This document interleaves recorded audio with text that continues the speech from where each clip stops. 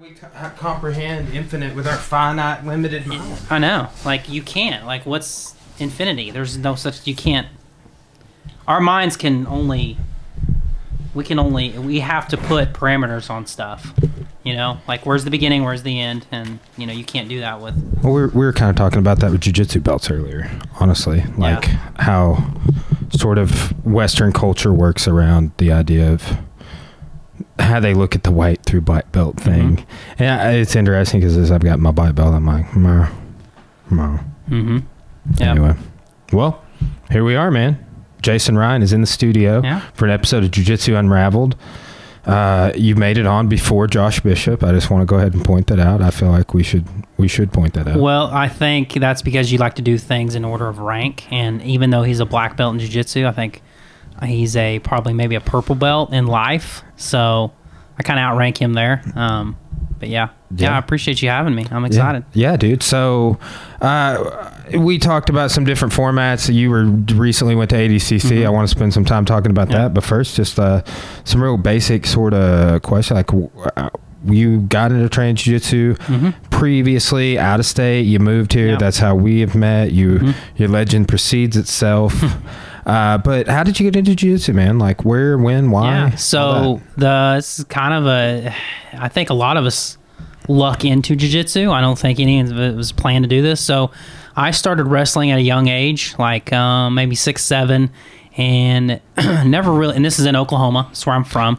Which is notable. I've just connected the dots. Like, I was I wondered if you wrestled when you were a child. Yeah, so I always tell people that when you're born in Oklahoma, we are born knowing how to wrestle, and we are born loving to drink Mountain Dew. So we wrestle and drink Mountain Dew. That's what we do, right? Spider monkeys. Yeah. So I started wrestling at a young age, and I was never really great at it. Like, I wasn't like a state champion, but for whatever reason, I really enjoyed working hard. Like, I've always enjoyed hard work, you know, and so I wrestled, and then I stopped a little bit, and then when I got to high school level, I started taking it really seriously. And a guy named Mikey Burnett he was fighting. I don't even know if they called it mixed martial arts then. It was like Vale Tudo. He came into our wrestling room. He was friends with my wrestling coach. And back then, if you were going to fight in mixed martial arts, there was no mixed martial arts gym. So what you do is you'd find a wrestling room and you get your wrestling in.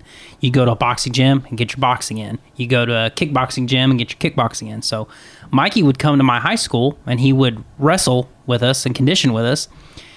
And I got to know him. And my junior year in high school, 1998, he was getting ready for his first UFC fight. This is like UFC like 10 or 11. It was a long time ago, right? So he was wrestling hard, and he basically came in and said, "Hey guys, I know that you guys don't work out a lot in the summer like you should. So I have a gym." He had a gym in Tulsa, a few miles from the school. He said, "You guys have free membership. I want you to come lift weights, stay in shape. I want you to." He wasn't there necessarily for himself as much as he was to like help us out too. His second fight in the UFC was, I think, my senior year, and it was against Pat Miletich for the title that he lost the decision to. Did this guy get shot recently? Yes, that's Mikey. Yeah. Did you know Andy Throkeld? Mm-hmm. He grew up training with him. Andy was supposed to get his black belt at the last black belt conference, I believe, but he owns a school in Mena. Okay, he's like a 3 or 4 tip brown belt. Yeah. But yeah, Andy. I just only know about this because when that guy got shot, Andy was posting about it because Andy used to go from Mena over to Oklahoma to train with him. That's a small world. Mikey is an Oklahoma MMA legend. If you know someone that knows Mikey, they've been in the game a long time. So Mikey was training there. So that was 1999. I was a senior in high school, and it was really random. I went in there one day. This is kind of a funny story. Mikey was playing the UFC game had just come out, and this was like. So obviously this is the 90s. This is an old UFC game. He was actually like, I think he was, I don't remember if that's when. PlayStation 1 had an MMA game, did they not? Yeah, that may have been a confused later. But anyway, Mikey was working the front desk, and I come in to lift weights, and he had added on this room, and he was with the Lions Den. It's like he was part of the original Lions Den.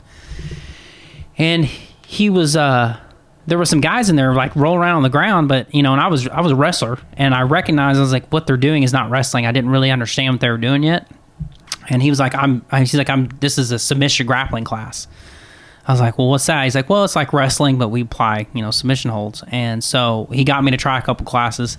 It wasn't like it is today. Like jiu-jitsu, it wasn't like, oh, you're going to ease into the submission and get the tap. I mean, it was really rough. People got hurt a lot. And I did that for a little bit. And then I kind of almost just abandoned grappling. I got into firearms really, like, just... Dude, I took time to read that meme actually while I was driving in my car. Yeah. That was so hilarious. Yeah. I'm going to do a podcast. I got a new gun. Yeah. It was, I haven't commented on that one yet. It's really good. You are a firearms kind of, I mean, I see you posting about it all the time. It's definitely part of it's what you do. Yeah, we could talk about firearm. We could go on a totally different podcast about that. We can. Talk about have you back on. So I got out of grappling. I always enjoyed wrestling because I enjoyed the hard work and I enjoyed being able to defend myself. And I always thought to myself that if I ever gotten, and I did get in a few fights, but I was like, man, I'll always be able to protect myself, right? Well, I got away from grappling, got into guns, moved from Tulsa to a town in Muskogee. And during this gap, this 8 or 10 year gap, I didn't really do any grappling, but I did a lot of firearms training. Almost every weekend. Did you get hooked up with a good range, good group of guys? Yep. A guy named Marshall Luton out of Tulsa, Oklahoma. He's a Tulsa police officer, and he is the head instructor for the Tulsa Defensive Shooting Academy. And he is, in my opinion, the best firearms instructor in the world. And I got to train with him a lot. And so this is linking into how I started jiu-jitsu. I had always watched the UFC because of Mikey, and I just really enjoyed it. And one day, of course, when I watched UFC, if it was a striker and a grappler, I wanted the grappler to win. I always loved jiu-jitsu, and I always wanted to do it, but there wasn't a good school at the time. And I went to the store to get something to drink. I was driving back, and I saw this sign like 2 blocks from my house that said Brazilian Jiu-Jitsu, and I was like, this town's like 35,000 people, right? And this was in 2011 is when I started actually training jiu-jitsu. So I turned around, I got the number, I called the guy, and his name is John Church, and he is a black belt now under Pete Wilhelm. So he was an affiliate school of Pete's. I called him, he said, yeah, come in. And he had opened his school the month before. So he was a brown belt at the time. His school just opened, he had like 2 students. And I told him, his other 2 students had 0 experience. I was like, well, I used to wrestle. He's like, oh, I'd love to have you come in. I only wanted to watch, which is, I'm sure you hear that a lot. I just want to watch. Yeah. He wouldn't let me watch. He's like, you're going to put on a gi. I want you to train. And so my thought process was, this guy's a little bit bigger than me, and he's a brown belt in jiu-jitsu. So he's probably going to submit me, but with my wrestling, he's going to have problems. I'm going to give him issues. Well, obviously, he just destroyed me. He submitted me, at will, did whatever he wanted. And I left there and I went, I have got to learn this. I have been walking around thinking that I can use my wrestling to defend myself. And there's guys like you, Brian, walking around that could just murder me. Imagine the first person I came to that realization on being Caleb Plank. Yeah. Because it was. Yeah. Like, I remember me, and then, like, my high school tailback, who was, like, a specimen. Yeah. Nick Lyons. He was the best man at my wedding. And Caleb was also my wedding. But, like, one day, we'd just been training there a little bit, and we were like, dude, if we saw him walking down the street, we would, like, think we could just stomp a mud hole in that dude's life. And in fact, the reality is, at that time, like, Caleb was fighting and like 4-0 in amateur MMA and had just gotten his all this stuff, and it was just like he was training and could put us down. But he was like 100 and he was fighting at 125. Yep. And that was the most humbling thing, is because he's just like, man, he's gained a little bit. I don't know that dude's ever weighed over 142 though. Like, so he's always kind of been hovering from there, and it's just like, man, that's humbling. That was the first, like, I remember going through that revelation of like, oh man. Yeah, I left that gym. I'll to be completely honest, I I had went and ate like a bunch of Taco Bell before I went to that class, because I didn't intend on training. I was like, I went and ate some Taco Bell, and I went there and I was going to sit on the bench and watch and see if this was legit. And I went home, like after he just beat the crap out of me, I went home and threw up for like 30 minutes. And my mind just went, I can't let someone exist that has that much of a gap on me. I have to close that gap, right? So that was the beginning of my jiu-jitsu. How did you reconcile? Because I could see like people going into jiu-jitsu having a firearms background. Were you just like, I need jiu-jitsu for when I don't have my gun, or you just wanted it too, like a more rounded? No, I wouldn't say I wanted jiu-jitsu for when I don't have my gun, because I always have a firearm on me. I wanted jiu-jitsu for when I wouldn't be allowed to use a firearm, when it wouldn't be appropriate. If I'm in a situation where I need to defend myself, which I'll tell you a story here in a little bit. It happened when I was in California 2 years ago, that I used jiu-jitsu, and a firearm would have put me in prison. But jiu-jitsu saved someone else's, potentially saved their life. So I wanted jiu-jitsu because I didn't want to be one-sided in self-defense. I wanted to be able to use my hands. I want to be able to use a firearm. I've taken some edged weapon stuff. I want to be able to use knives. I want to be well-rounded. And I don't want to waste my time on stuff that, I don't want to, I'm not saying Aikido's a waste of time, but I saw that jiu-jitsu works, right? So I was like, okay, I've got wrestling. I want to continue to build on that. I need to learn jiu-jitsu, right? And I've got firearms, but I need to continue to work on that. So I felt like it was like if you're talking about like a complete circle of being able to protect yourself and your family, like I had this big gap, and it was jiu-jitsu. Like I could take someone down, but I didn't know what to do after that besides punch them, So that's when I started, when John Church beat my ass, that's when I was like, okay. He's still in business. Oh yeah. He's a black, but he's actually I think he just got his first degree now. Nice. And still under Pete? Yep, still under Pete. Actually, I got to train with him a few months ago, and absolutely, he's a monster. Absolute monster. We've talked about him in the past, just I think online. He had kind of a unique approach to training, like that you don't maybe see everywhere. Like what you were kind of breaking down, like how he approaches like implementing themes or submissions into his training. Like what do they do So one thing he does is he does not discourage his students from, first of all, he doesn't discourage any submissions. He will never go, that's stupid, that's not going to work. He's going to go, okay, if you can make it work, then it's legit. He said, it may not be for me, but whatever, if it's not for me, that doesn't mean it's not for you. So he would never discourage any submissions. Heel hooks in the gi, neck cranks. He basically said, if you can make it work, then I love it. And if you're not hurting anybody, I love it. And then he also, not only did he not discourage cross-training, he highly encouraged cross-training. He said, if you go out of town, train. If we're closed, go train somewhere else. He said, I don't care where you train. He said, go learn from other people. Basically his thought process was, if I only learn from him, I'm only going to reach his level, He's trying to train people to beat him, basically, which I never have. I've tried, but he's tough. But I just liked, he was just real open-minded, a real humble. He was like, my way isn't the only way. It's just my way. If you find a better way, use it. So he's the reason that I got into leg locks, because, as you know, there's a lot of gyms that are like, you can't do that to your purple belt. You can't do that to your brown belt. He said, I don't care when you do it. Like I said this at our rank review event the other night. It's like, look, I don't want you guys to be... I want you to be brown belt level at that move when you can do that move. Yeah. And two, that's kind of dogmatic too, because that's just looking at it from just the position of the sport. Yeah. And not the practitioner as a whole, like what you're saying, like, yes, the art, and then just in a broader sense, self-defense of hey, okay, you carry, or like just however you're structuring how you're going to defend yourself at a moment's notice without any prior planning other than what you're doing day to day. So, but that's a lot of gyms are sort of dogmatic in their approach to submissions. And that's always kind of like, once I got onto that, I'm like, that's kind of baffling because we're submission arts. Mm-hmm.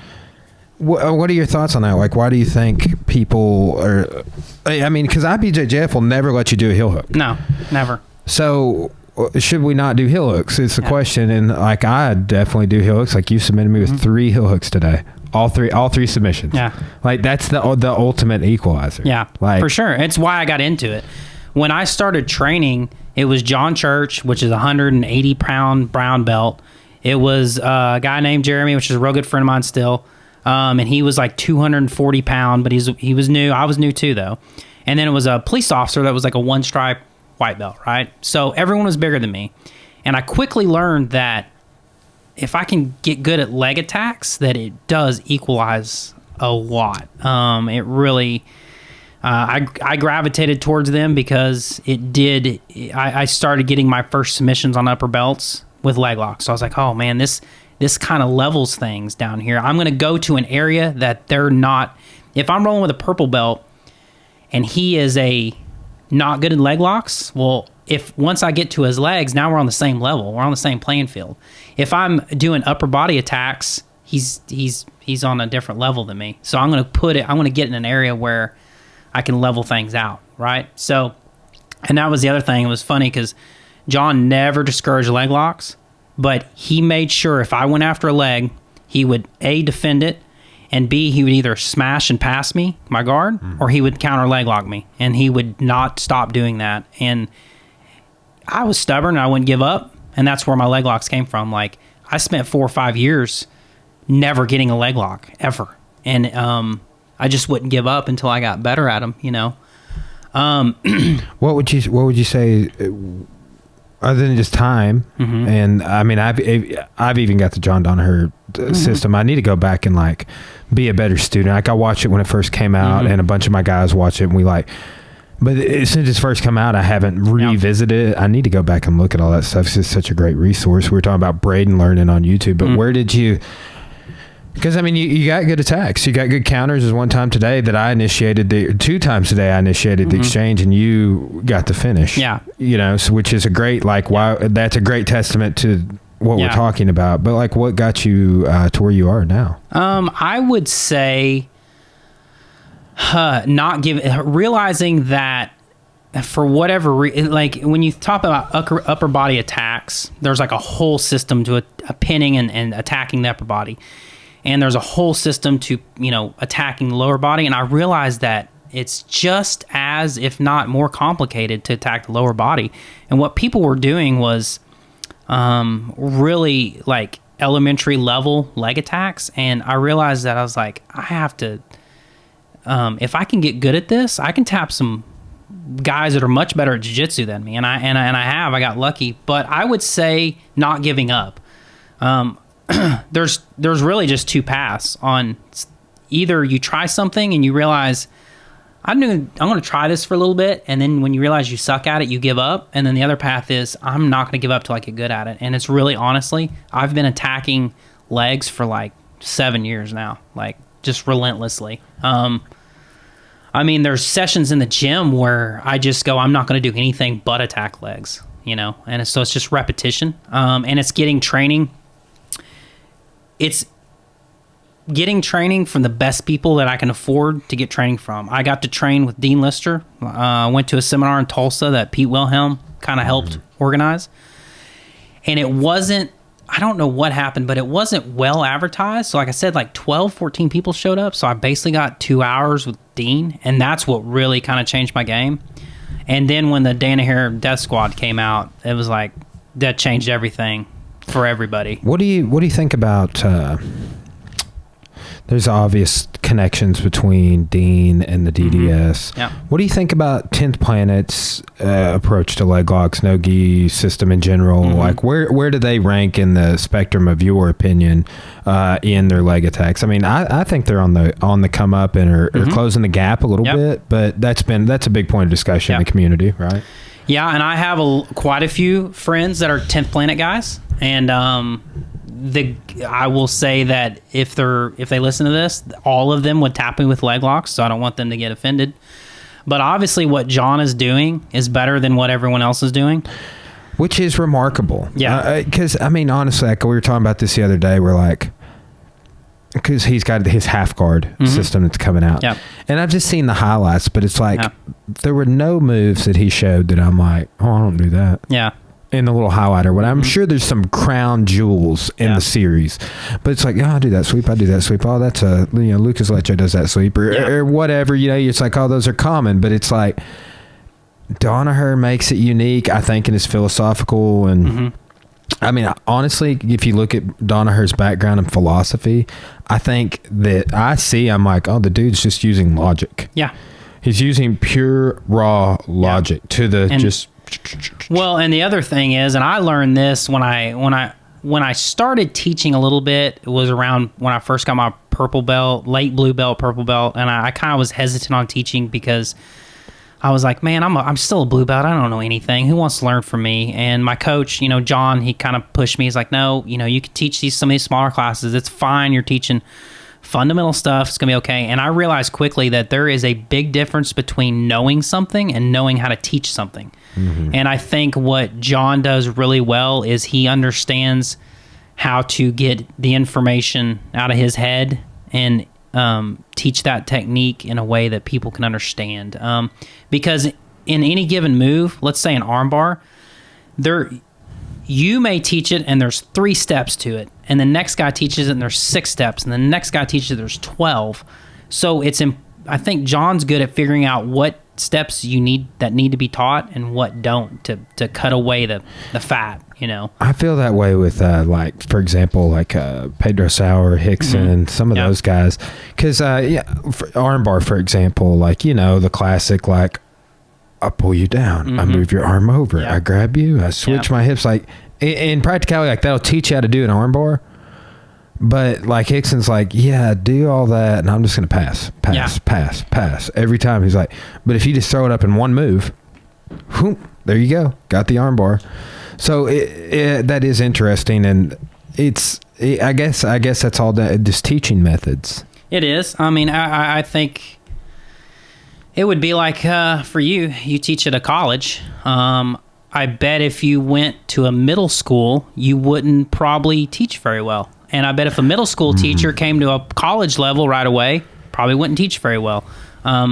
It's different levels need to be taught differently. But one thing I want to touch on before we were talking about like IBJJF and stuff, and should we not do heel hooks? My philosophy with jiu-jitsu is you should be training for what you're training for. Meaning, if me, Jason Ryan, if I was going to do IBJJF in a month, I would stop doing heel hooks. Well, it's like Braden. He's in that. He talked about that when he was on the podcast. Yeah. He's doing Nogi Worlds. Yeah. And his training regimen's different because of that. He should be training for that rule set. And that's the other thing that John does. When I was at ADCC, I know they had a long rules meeting before the public was allowed to come in. And when we came in, he was still talking to one of the refs, and he talked to the ref. Why? There was 200 people in the room, like getting pictures. He was talking to a ref for another probably hour. And it's all over rules. He wants to know every single rule and how it works. Man, we did a podcast the other day, a jiu-jitsu podcast, about mess ups at the AGF essentially, because man, the refs just they're either overworked and they get mind melt by the end of the day and they can't spot what's going on. Yep. Or, I mean, it's just like officiating. It's the most imperfect thing about the sport. Sure. It's so and that's frustrating. any sport.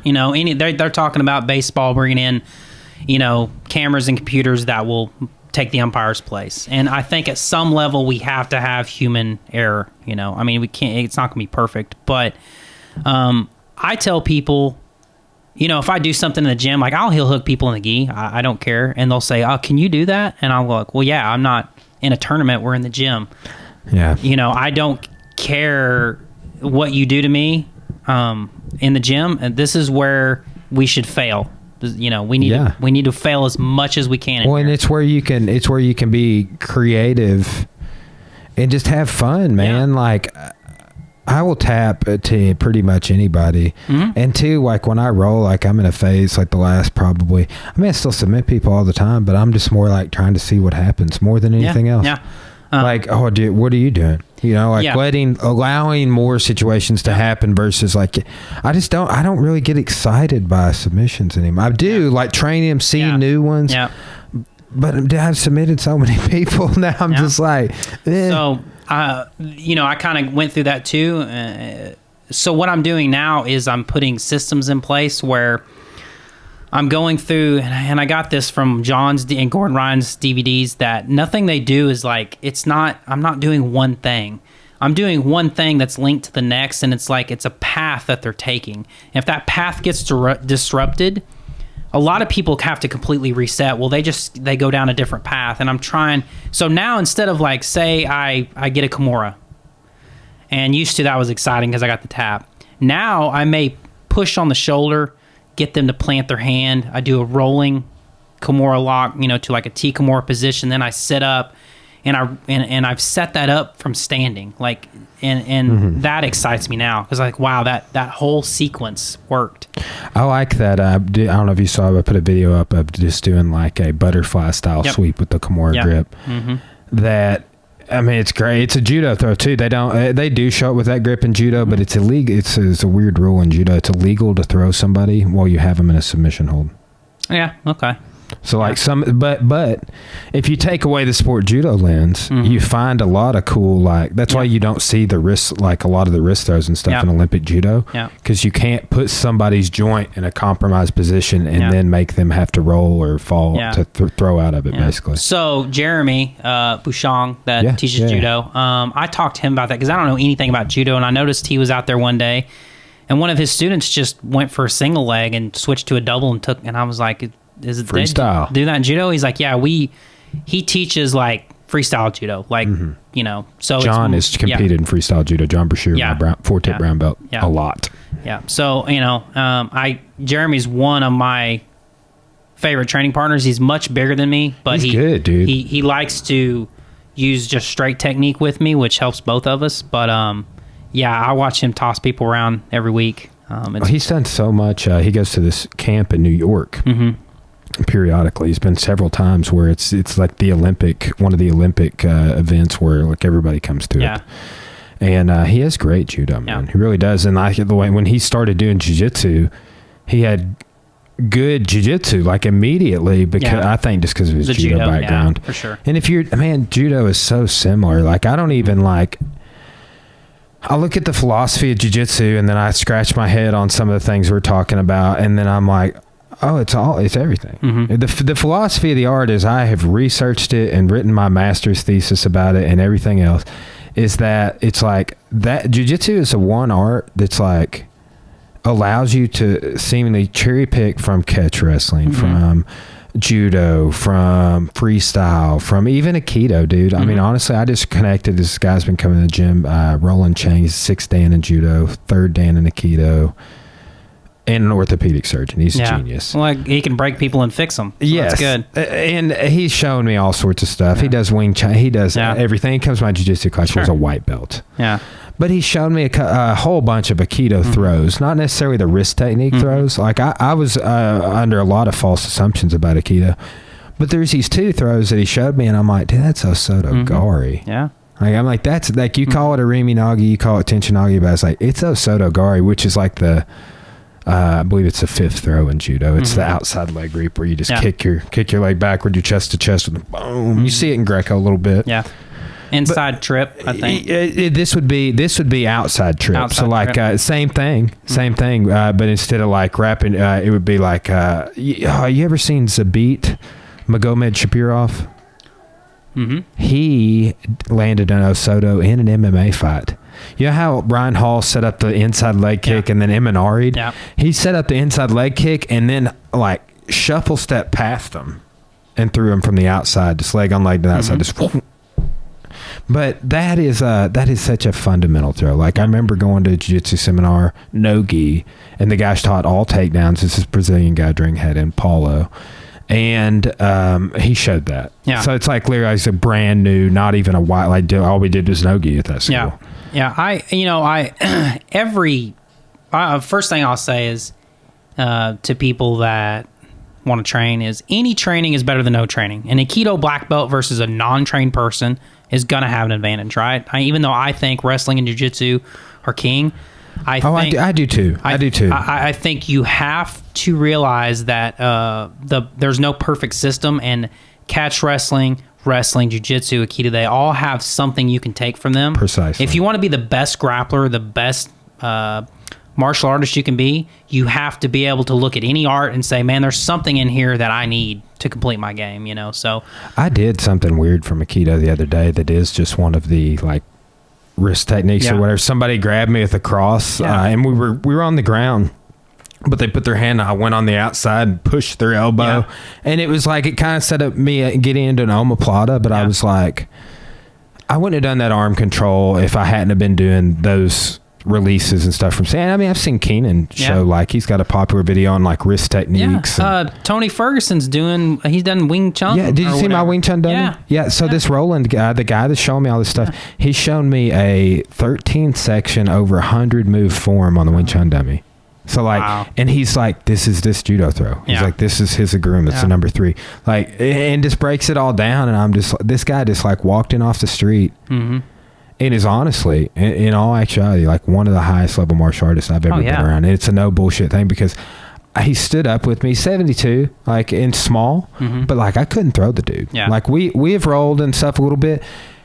And one of the times we're going skirmishing around, it's like when he first came in, I couldn't throw him. So I was like, I'm going to pull guard on him. Yeah. I'm going to pull guard and see what he does. And I was just playing around with him, kind of let him pass, but then he pinned me. Yeah. And he's like a 6 dan in judo, so he just held me there. Yeah. And I was like, move. I've messed up here. Yeah.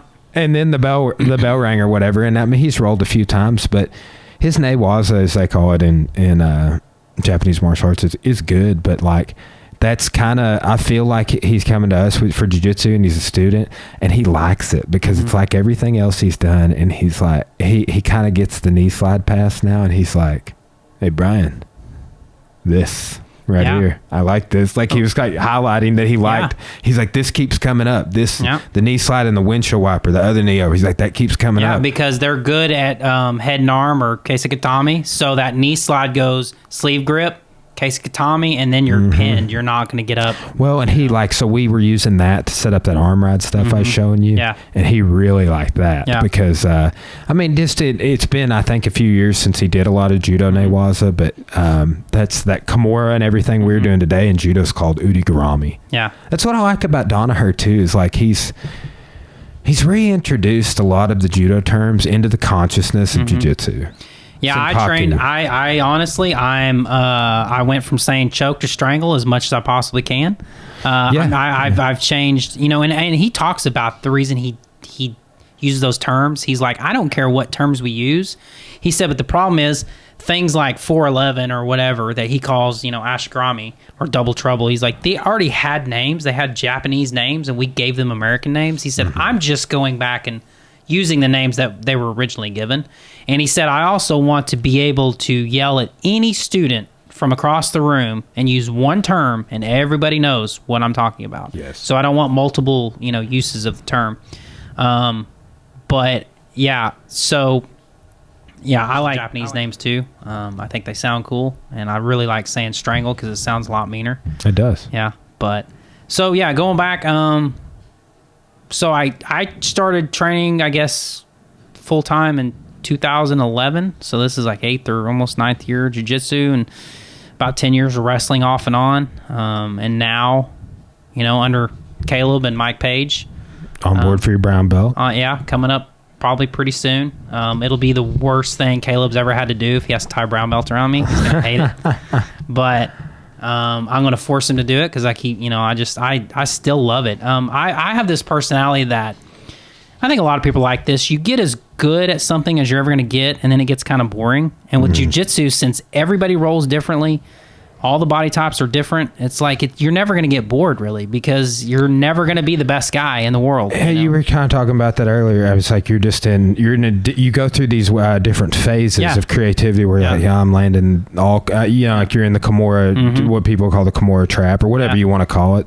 It's, you know, I remember when that kind of became the thing everybody used to turn, and I like the Kimura trap system, whatever you want to call it, to sell DVDs or whatever. But it is. I mean, it's so comprehensive. It needs to be its own thing so people can see. But I mean, how many things are there like that in jiu-jitsu? Yeah.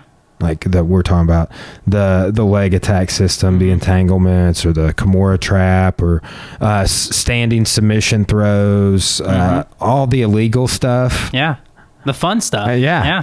Do you do like a lot of leg scissors or anything like that? I don't do so here.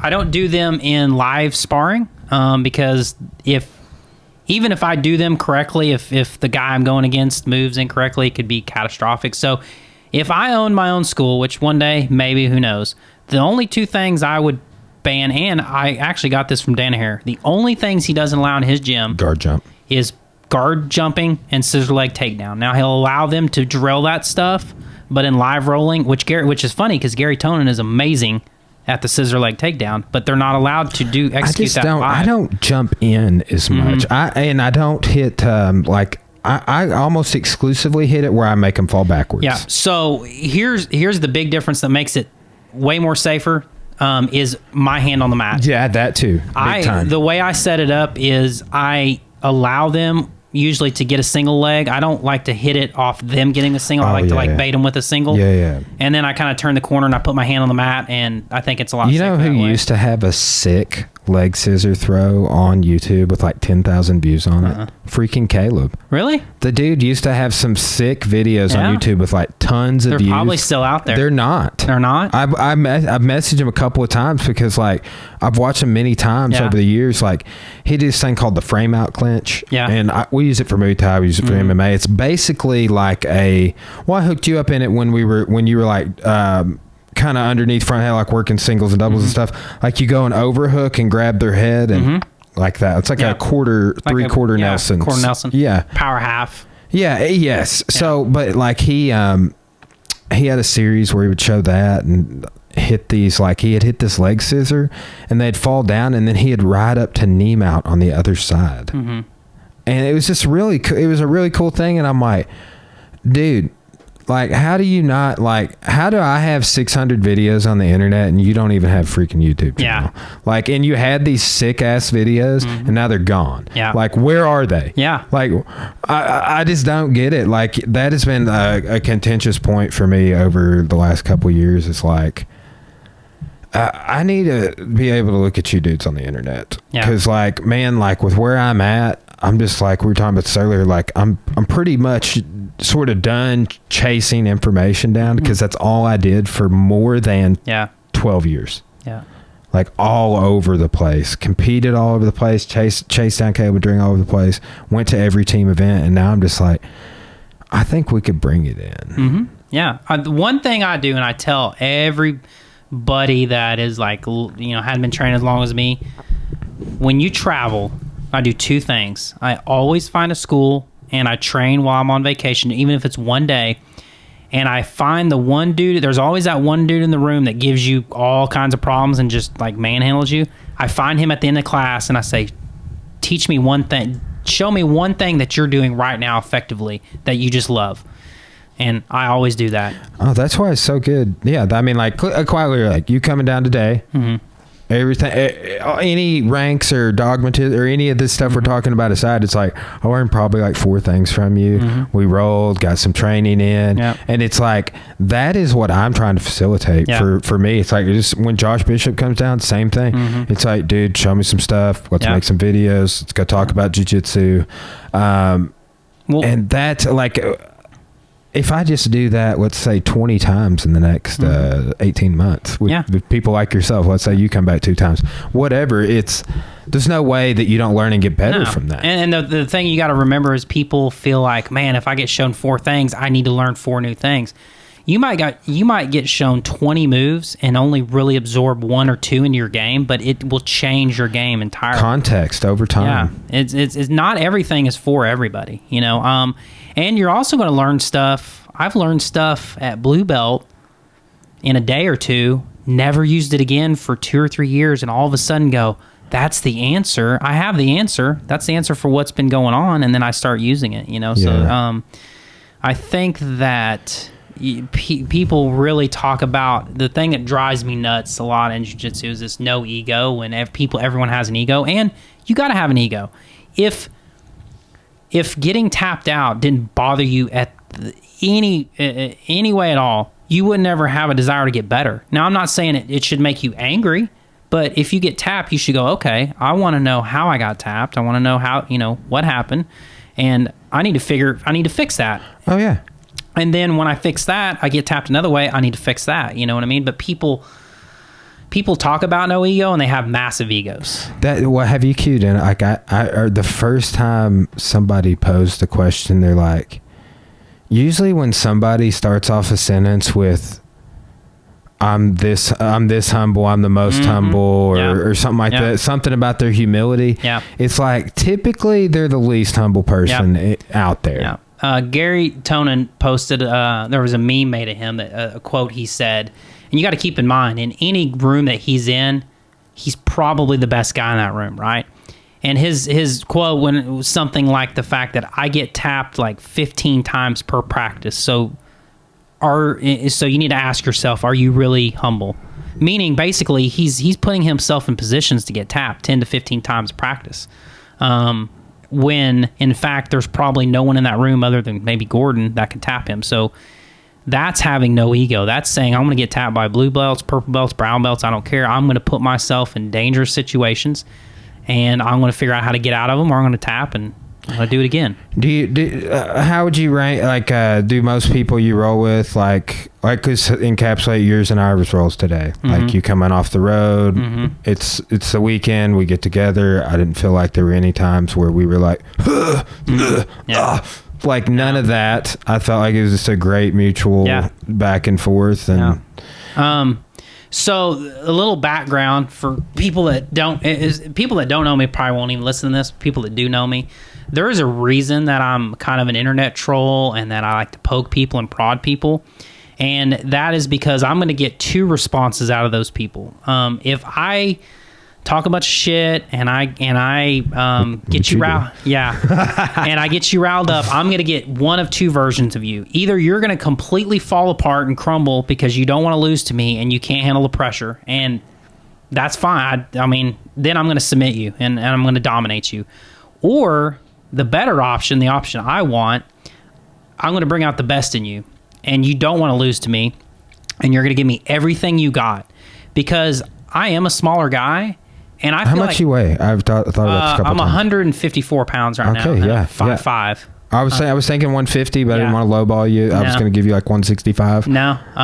And I feel like at my size, if I was a quiet, humble guy, people would probably take it easy on me, because of that. So I want people to try and murder me. I either want the best version of them, I want them to try to kill me, or they're going to fall apart under the pressure, and maybe they can learn from that. Maybe they go, okay, I got to do something to fix that, because this guy's gotten in my head that I don't want to lose to him, and I fell apart. So that is, honestly, that's the reason. I want the best version of people. If someone beats me, I want to get beat by the best version. If I beat them, I want to beat their best version. I don't want anything in between. I don't want them to take it easy on me. One of my favorite training partners, is a guy named Doyle. He's a brown belt. I love Doyle, man. He's one of the... Doyle is good, too. His technical ability is probably some of the best in the gym.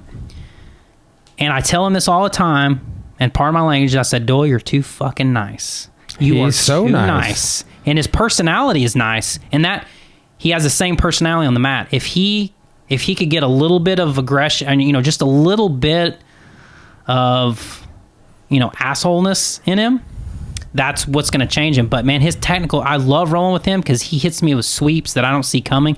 Like, I'm to the point, you're probably the point now where when we get submitted, we kind of see it coming from a little ways off. We just maybe can't stop it. It's very rare that I'm in a good spot, boom, I'm submitted. That's very rare now. And with Doyle, it's like, I'm in a good spot, boom, I'm swept. Boom, I'm in an arm lock. I'm like, what the hell? Where did that happen? See, that's the stuff that always gets me in my observation, like Coral has started bicep crushing everyone, because I don't know why, but it's like probably a year ago I was like teaching a arm bar to bicep crusher, classic follow up, but we hadn't been doing it in a while, and she gets but just like the person that like the things you don't see coming, you're like, oh, they're gonna arm bar me, I'm just gonna blah blah blah, and then they have the next thing, like you had some leg lock combos today, at least one that it's like I was on something else, and you were like, well, I'm actually doing this. Well, that's my other favorite thing to do, and I think it makes everybody better. One of my favorite things to do is when I catch a submission on somebody and they ask me, what happened, I like to teach them the very best way I know to defend what I'm doing to them. Let them work on that, and then try to submit them again, because it's going to make their defense better, and it's going to make my offense better. So, like at my old gym, when I really started getting good at leg locks, everyone started shutting my leg locks down, right? And I had to get like there's a guy I train with named Cody, and I'll give you an example. At the height of me like tapping Cody with leg locks, it was in a 5-minute round I may get him 5 or 6 times. When I left that gym, 1 time per round was a win for me. And it wasn't that my leg locks got worse, it's that his defense got better. Well, and, that's what I think. I think if you throw a guy like us into a gym, that it will raise the level of everybody, because it's like you get a good leg locker in the gym, like that's like when I was telling you first time rolling with Braden, it's just like, oh my god, like that's what I've been, that's why I started doing leg locks right there, so I would be like him someday. But and then it's like you look at the difference, somebody that's like that's all they've ever done, they've kind of always focused on it, because like too, Braden's a byproduct of this, like when he was kind of getting involved coming up is right around the time that Alan Shade put out his leg lock instructional, right? So like he was in around all that, so it's like I think there's something too to somebody learning things in their infancy of training, and then their like what he was teenage when he started training, I believe. Maybe early 20s. Yeah. Let's not say that it's maybe something, I don't know if it's a technique they learn when they first start training, or it's a mindset. He was in the situation where his early mindset was, we're going to do leg locks. Leg locks are great. Leg locks are golden. Guys like, the older generation, leg locks were forbidden. You don't do them to your purple belt. I didn't, and like, once I realized that was a thing in question, I felt like I'd been lied to, honestly, because I was super dogmatic about it, like all the way to my purple belt for years. I was and then just like through seeing like so many, like the heel hook just being the ultimate equalizer, I couldn't ignore it anymore. Here's the deal. It's like, you're starting to see in MMA a little bit. I think, people are going to get more well-rounded as far as MMA, but it goes back to what are you going to do? If I'm getting ready for an MMA fight, am I going to focus heavily on leg locks? No. But I am going to still keep them in my training, but I'm going to go into, cage work and striking and stuff. I'm going to work on my weak points. But if you're a guy like me, which I don't compete very much, I haven't competed in about 2 years. I'm just a dude that has a regular job, that loves training, that trains 4 to 6 days a week. I'm going to train all submissions. Gi, no gi, gi top only, wrestling shoes. I don't care. I just want to be on the mat doing submissions. Are you ever deterred from doing submissions in class in the gi? Never. That's good. That's good. Because here's the thing. Like, I think that there's kind of 2 things. I think that there's gyms that do that. They limit you. And I think there's like, whether or not they're teaching you the stuff. Yeah. That's like one thing, but it's like, the other day, I told a story when Braden came on the podcast. There's this guy who moved off and came back, and he was here in like 2012 when we didn't do leg locks, when he was deterred from doing them. Yeah. And like he was like telling, like he just came back. Now he's a blue belt, and he's like, hey, don't do leg lock. And I was like, wait. I'm sorry that we didn't do leg locks before, but we do all submissions now, and I'm very sorry that we didn't before. Now you're behind. But now we do for these reasons. And they make memes about people that don't on the internet. So the way, here's, I think, Caleb, I can't speak for Caleb, but I think if I was dangerous or if he saw me hurting anybody, obviously he would step in and say something. But I think he's seen that I'm safe, and knock on wood, in the 8 years I've been training jiu-jitsu, No one has ever missed a class or a day of work because of me. I've never, not even accidentally injured anyone ever, right? So he allows me. Now, when he looks over, and I'm going to admit, I do heel hook white belts in the gi. I mean, he looks over and he sees it. I see the disappointed look on his face, and I'm like, I just want it. You got to start sometime. Yeah, if you're going to stick the food in my mouth, I'm going to eat it, right? Like, I don't even have to reach to get the nibble. I mean, so, but no, him, and honestly, he never talks about it, but he's got a good leg lock game, and he just never uses it. He does. He submitted me with the straight ankle lock the last time we rolled. Straight ankle lock, I mean. His arms are freaking swords, dude. Yeah. Like, when he, I wish that he would have, almost wish I would have got to seen him fight pro just to see him throw elbows on people. Yeah. Because he had a good elbow game back in the day too. I don't think he's ever attacked a heel hook on me, but his straight ankle lock comes on fast, and he's tapped me with it, and he laughs, and he thinks it's funny because I'm the leg lock guy. But you talk about changing the culture. When I moved to Inferno in Bentonville, nobody attacked legs. Nobody really knew any leg lock defense. I was slicing through a lot of people pretty quickly. And most people that I roll with, with the large number of students he has, there becomes like cliques, like the day class, the night class. The group of training partners that I train with now, leg locks don't come easy for me anymore. And I'm not saying like pat myself on the back. I definitely think me moving there changed that gym culture. But it wasn't, it was only because I was attacking legs. Like, anyone could have came there and attacked legs, but they didn't have anybody there at that time. Well, and I think that it's a thing too. Like, people come to us because we do takedowns all the time. We start from standing. They're whining at the door. Did I just let them out? Oh, yes. Hey, let's take a quick break real quick. All right.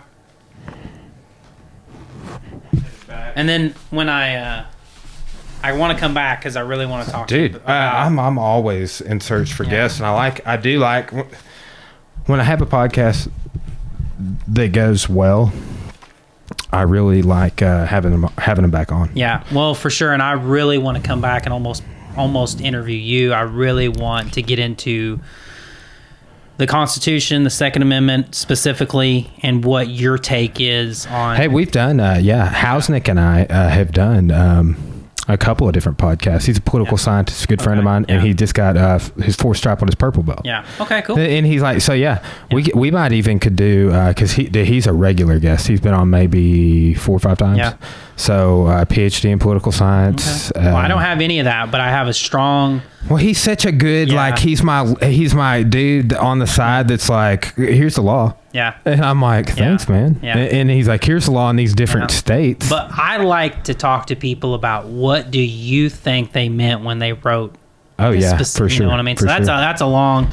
But I will come back and talk about it. No, we could definitely do that. Because here's the thing. We just come back and do just like a more, we're a Life Unraveled episode. Because pretty much all we're talking about is jiu-jitsu today. Yeah. But, man, I have one where like I just talk about TV shows and movies. I have a show where I just talk about martial arts, jiu-jitsu, well, the only history. The only thing I know about is firearms and grappling. I mean, that's anything else I'm be bullshitting you about. But here's somebody for you to look into that I wrote my master's thesis partially on this guy. This guy named William Fairbairn. Have you ever heard of that name, Fairbairn? No. There's the Sykes Fairbairn Commando dagger. It was the dagger that was invented for the Green Berets. He's one of the designers, but he's pretty much who got martial arts as a part of our special forces training programs in the military. He's the guy who invented the silhouette target. Okay. I should know that name then because I've put a lot of holes through silhouette targets. Yeah, so like he was just like, we got to start shooting stuff that's shaped like a human being because of the psychological side of what we're doing. Sure, yeah. But incredible martial artist, got a black belt in judo under Kano, the founder of the art, was on the riot squad in Shanghai and all of this crazy stuff. Gotten like 70 documented knife fights. Yeah, wow. Okay, one is... scary enough. Oh, I know. So like his mind was different. Like how he viewed martial arts, having been on that riot squad, and he wrote all these books. I have all the books that he wrote because I cited all of them in my thesis. but fascinating. And he's really the forerunner for the training program that the Green Berets ended up with, Okay. which you can see on video at Fort Bragg in 1961, I think it was. JFK goes there for a visit, and it shows him training like wrist throws and Really cool all stuff. sorts of crazy stuff. I love the history. I love the history of it. My entire almost every male in my family was in some sort of the military, except for me. Well, and we were talking about wrestling. Yeah. Wrestling is so harmoniously integrated into our military tradition. Well, and they found drawings in caves of what appears to be images of two men grappling. Like it's the oldest. It's definitely ancient world. Yeah. I mean, and you go back way further than Greece and Rome, ancient world. Yeah. It's pre-dynastic Egypt is in all of these other places where we see depictions of people boxing, fighting with weapons, in close quarter combat situations. I mean, there's you could take someone that's never watched MMA, never watched grappling, has no idea what any of it is, and say, I want you to take that person down.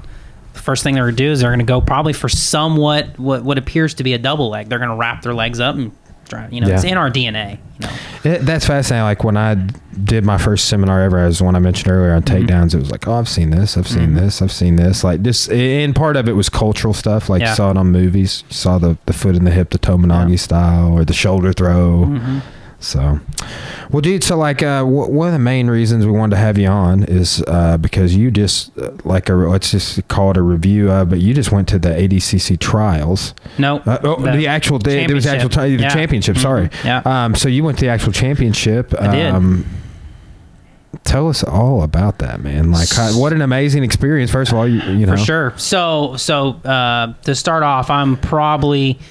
Well, I used to say I was a number one Gordon Ryan fan, but now I'm starting to see people post pictures of getting his name like tattooed on their knuckles. Bro, you're a Gordon Ryan dick rider. I definitely feel like I've been knocked down the totem pole. Right? Well, is he giving them free private lessons on the internet? Well, I don't know. I think he did one guy. Yeah. He's like, Jason, you're always riding my dick. You get a free private. That's basically what he said. And I was like, and my wife was like, you know what? Why don't you just go marry him? I was like, well, I don't think he's available, but so.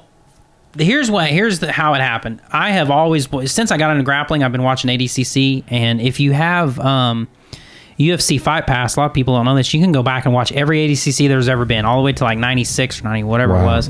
I didn't know that, actually. And they have them all archived.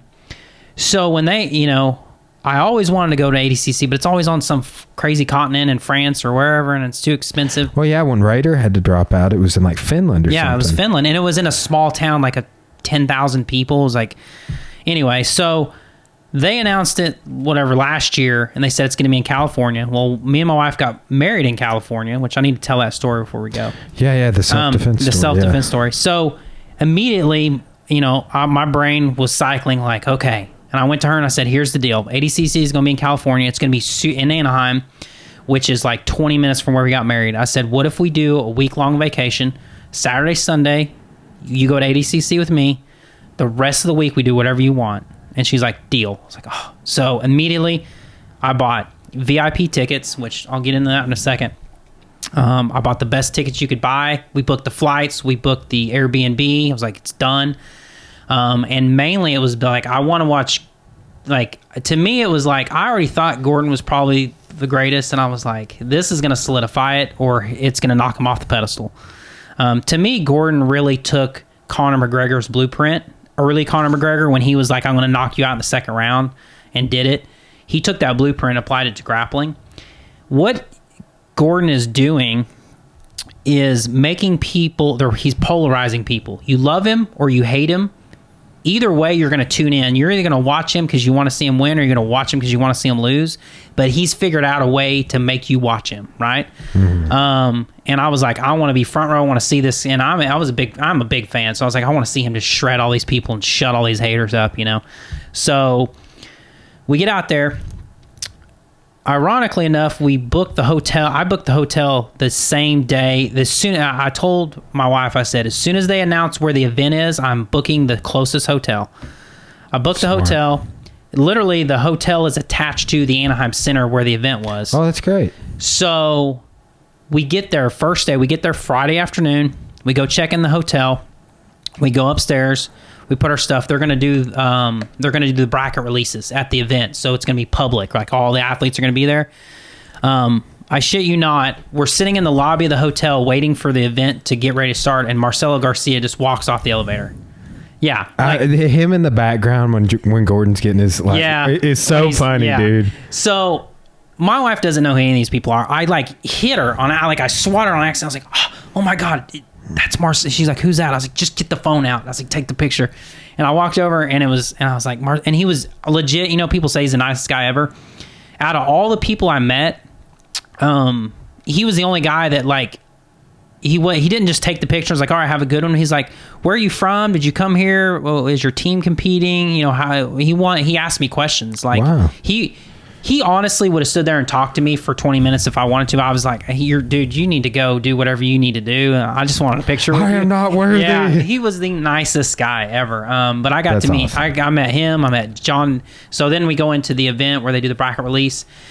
And literally, I turn around and Buchecha's standing there.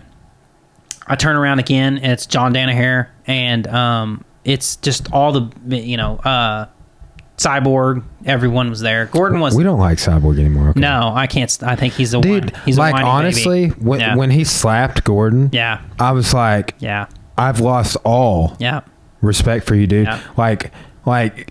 I couldn't believe that he let Gordon get in his head like that. Like enough that it's like I shared this thing about, and it's like really it's like you fuck being a black belt. Like all people should be courteous and nice and stuff like that. But it's like this should meme about what it means to be a black belt and to serve other people and inspire other people. And it's like, dude, that is your obligation at that stage in that art. And not only that, like.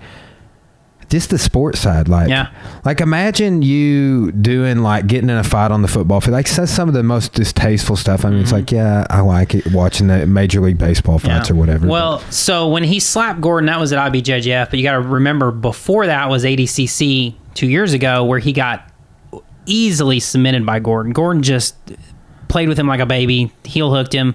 He tapped. I remember he tapped early. He knew it was over with. So and then John Danaher broke that down in depth on Joe Rogan's. Here's my opinion how Cyborg should have handled that. That second loss. He should have just stood up, raised Gordon's hand himself, pointed to him, and when he's interviewed, just say, you know what, Gordon's the next generation. He's gonna pass the torch. He's gonna fill my shoes, and just say he's better than me because he is. I mean, I have no problems saying someone's better than me if they're better than me. Cyborg is just, that MMA fighter that fights too long. He's that in jiu-jitsu. It's not that he's fighting too long, but ADCC, he's probably not going to win again. He needs to stick with gi stuff. IBJJF, he's still a freaking beast and can beat 99% of practitioners, but he's never going to beat Gordon Ryan. So he needs to kind of get over that. And he lost to Nicky Rod. And he thought he felt. A lot of people don't know this because this wasn't really talked about. When he lost to Nicky Rodriguez, which was a blue belt at the time, he got his purple belt on the podium, which was funny. He lost. He still had another match to place for third, and he declined and dropped out. Didn't he say he had an eye infection or something? No. What was that? What the was that real reason. The reason was he said he felt he won that match against Nicky Rod. He's not going. He said it was like it's biased against me, and I'm not competing for third. Then he dropped out of absolutes too. So talk about somebody who can't deal with their fading. Yeah, I lost a lot of respect for him. But so ADCC we go. I meet pretty much every legend. I can't think of someone. I haven't met Hickson. I met Hoyce, and then I met Was Hickson there? No, Hickson wasn't there. But I'm trying to think of legends I didn't get to meet that weekend. I've already met Dean Lister's huge, Jocko, was Jocko there? Jocko wasn't there. Which he's not really a jiu-jitsu legend. I mean, he kind of is, but honorary. But I'd already met Dean Lister in the past, and I'd already met Hoyce Gracie in the past. So checking off people off my bucket list, like Buchecha, he's a super nice guy. Met him, and of course, and it was Gordon beat him in the finals, right? Yeah, submitted him. No. I couldn't remember what happened. -1 advantage. He won by negative. So. Again, this is another reason I like Gordon. Gordon doesn't jump up, throw his hands. I mean, if you beat Buchecha, you have every right to jump up and freak out, right? You beat arguably one of the greatest of all time. And he's not even happy with it. He is genuinely, Buchecha outweighed him by 30 pounds, I think, 40 pounds. He wasn't happy with that win. I mean, he was happy he won the absolute, but Gordon's not the type of guy. And I'm the same way. Like I seriously, the last AGF I competed in, I think I got second, and I threw the medal in the trash on the way out. Like there's no pride in that for me. There's no pride in not submitting someone. Like if you won by points, you didn't win, time ran out. If you lost by points, you didn't lose, time ran out. I mean, we do this to submit people, right? So Gordon's that's another reason I like his personality, because he doesn't hang his hat on wins if they're not a submission. If it to him, and I'm not in his head, but to him, what I think he's got going on is he has this checklist of people, and until he submits them, if he submits them, it's a check. Okay, that guy's off my list. I don't ever care about competing him again. But I guarantee you, he's going to try to face Buchecha again if Buchecha doesn't retire in the next few years. How old is Buchecha now? Even 25? Is he even 25 years old? Oh yeah, I think he's in his late 30s. Buchecha? Yeah, I think so. Dude, I don't look think it up. so. Let's look it up. Yeah. He's got some rough years on him. I mean, he just watching him kind of walk around the mat. He's got a lot of miles. I thought he was super young. Maybe he be wrong. is. 29 years old. 29. So he was like 25 when I started charting him, honestly. And dude, I think, as a matter of fact,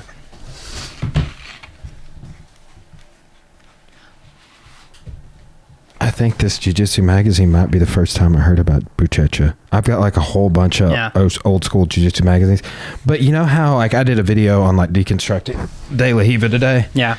And he does I got in that position on you sort of where I was behind you. Yep. Dude, he has a way of doing that in the gi that just like, I got it out of a Jiu-Jitsu magazine. It's just one obscure detail. He grabs your pant on the far side when he throws the leg over. Yeah. So he just keeps you bound up where you can't. Yep. Such a good. I just had that match. It's not this one. He's in the top 5 for sure. I think if you're talking gi, Roger Gracie's probably the greatest of all time to compete. You think he's going to come back out? Nah, I don't think so.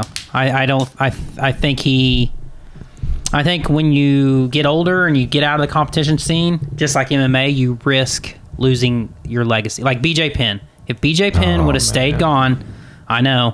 I did a podcast over like his last 10 fights before. Yeah. This was the last one, I think, was when he lost to Yair Rodriguez. Yeah. But he's fought like 2 or 3 more times since then. He would have went down as one of the greatest MMA fighters of all time, a pioneer. And to me, he really ruined his legacy by doing all this stuff. So I think Hodger will stay retired.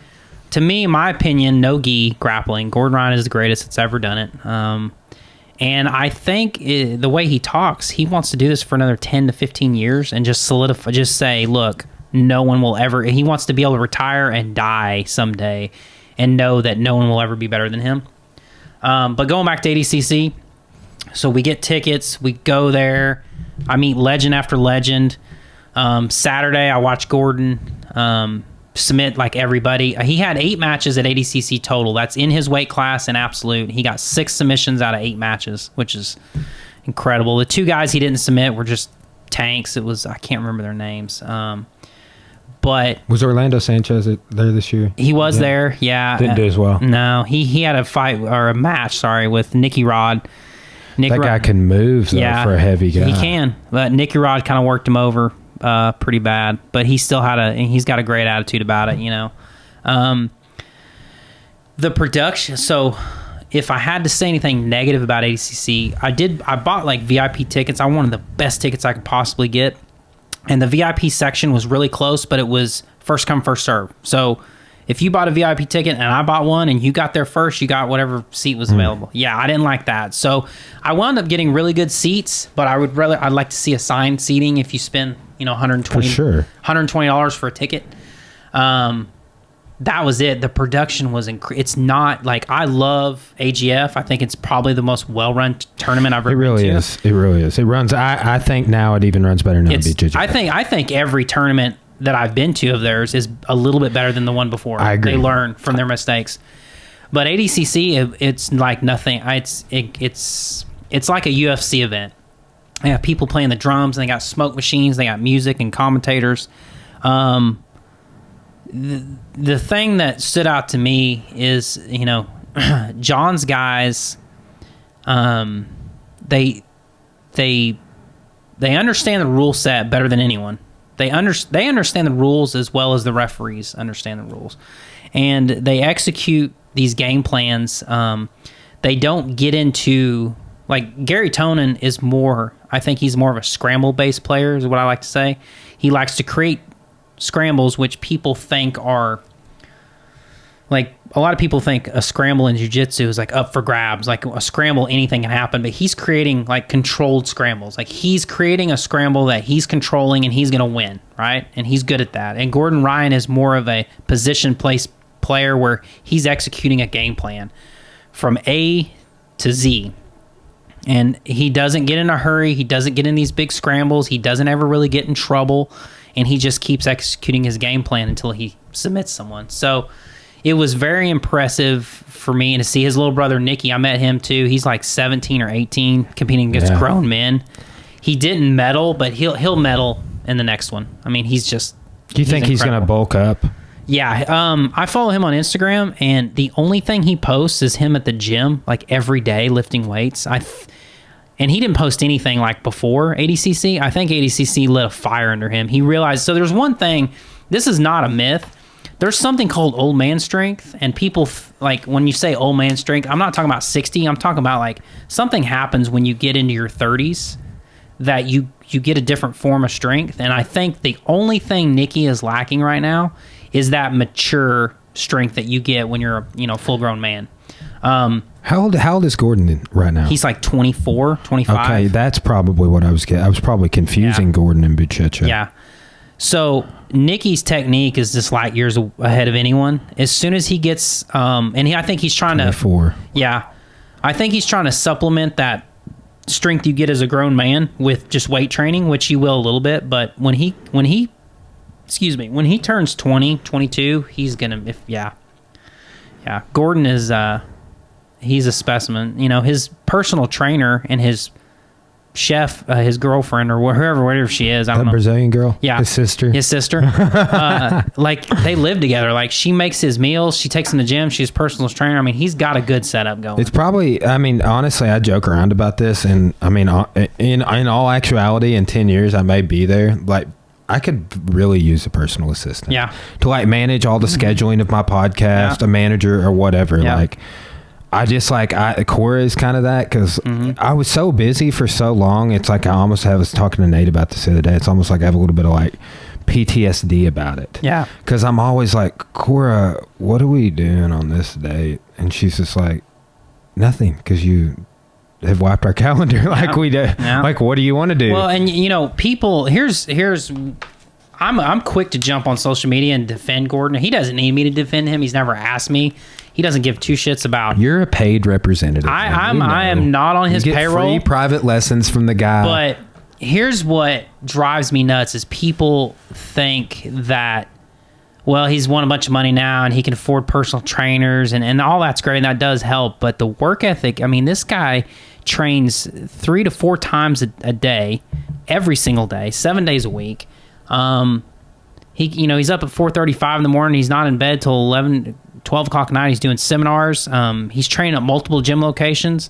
The work ethic that he puts out, not many people are going to be able to match. And that's where I get, I don't get defensive. Nothing really bothers me, but I just think it's funny when people are like, oh, he's got this coach and he's got, steroids always comes up. He's on steroids. Do you think he is juicing? Well, I think everybody that is competitive and doing something. I think what people think is, when people think juicing, they think like dangerous, illegal shit from Mexico. I think there's stuff that's not technically legal here that is not, it's not going to kill people. But I think people also think, when they think steroids, they think of muscle gain, and a lot of times steroids is just for recovery.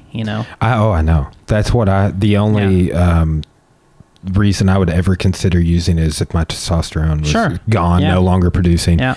But then it's just like Evander Holyfield said this on Joe Rogan the other day about chiropractic care. He's like, no, I ain't gonna let that man paw my back because I might not be able to afford it after this, and then I need that chiropractic care, and I won't be have a way to pay for it. Yeah. And that was like when he was like vying for the championship, like that's how he was raised or whatever. But you get dependent. Like that's the thing with test is like, if you ever get in a situation where you can no longer keep getting the injections, the period you're going to go through is going to be like an addict withdrawing. Sure. You know, I've been taking melatonin for a while, and I'm starting to regret a little bit. I mean, it's still working for me. It puts me to sleep. Doesn't keep me to sleep all night anymore. Yeah. Used to put me to sleep, and I would sleep all night. And now, if I stop taking it, I'm gonna have a lot of sleepless nights. It's like anything; you build a tolerance for it. I think everybody that is professional grappler, look at Andre Galvao. I mean, come on. Now with Gordon, he's 24, and for people to believe that he can't be like ripped up jacked like he is without being on something is silly. I mean, he's 24, the personal chef, a personal trainer, the best coach in the world. He could be that jacked. And you think he's really a millionaire? Yeah, I think he's pretty close. I saw a post from him at one point when he released his first DVD. He made like $165,000 in 12 hours off of it, like just immediately. So I think he's getting really close, and it appears, you never know what's going on behind the scenes, but it appears he's pretty smart. I mean, I know he spends a lot of money on Gucci and stuff. I see that, but I don't see him making big purchases like a house or, stuff like that yet. So people think Gordon is this, I don't think people realize how smart he is. He does strike me as he's highly functional. He realized, honestly, I don't know if he took this blueprint from Conor, but he realized a long time ago, you have to get people to watch you, because what people don't understand in grappling is there's not a lot of money in it. But if I'm Gordon Ryan and I know that I'm going to get paid 10 to 15, he gets paid like 10 to 15 grand just to show up and compete, right? Then he gets sponsorships. The more people that tune in to watch me compete, the more money I'm going to make. And he realized that early. And he's making more money than anyone in grappling. So to think that he's stupid is just, it's silly. I wonder if we're going to see, we talked about this on the internet a while back, but I wonder if we're going to see him and Andre. Man. That's like the only match I want to see in grappling right now. So I'm going to say something that's not probably very popular, but Andre Galvao is one of the most unexciting guys to watch for me. He's another scramble-based player, but not like Gary Tonin. Gary Tonin is scramble into submission. Andre is scramble, score a point, disengage the rest of the match, and he does what I call busy work. It makes the ref appear that he's trying to do jiu-jitsu, but he's not doing jiu-jitsu. Here's the stone-cold fact, and I would bet my paycheck on it. If you forced Andre Galvao and Gordon Ryan to do jiu-jitsu, like if you forced Andre to like engage him, Gordon will submit him pretty easily. But he actually has a chance of beating Gordon if he does that thing where he scores an advantage. Well, yeah, you remember the Buchecha match against Andre? How close that got, like in the very... Yeah. Andre Galvao is a great technique. Like he understands the rule set. He knows what he has to do to win matches. But I'll be honest with you. When him and Pena were having their super fight, I watched a few minutes of it, and then I kind of played on my phone the rest of the time because it was just dancing around, and it just was. I want to see jiu-jitsu. Like and this is the big argument I get into with a lot of people on the internet. I'm a takedown guy. I like wrestling. I think if you're going to train, you need to understand how to take people down. But I don't think it's necessary for tournaments.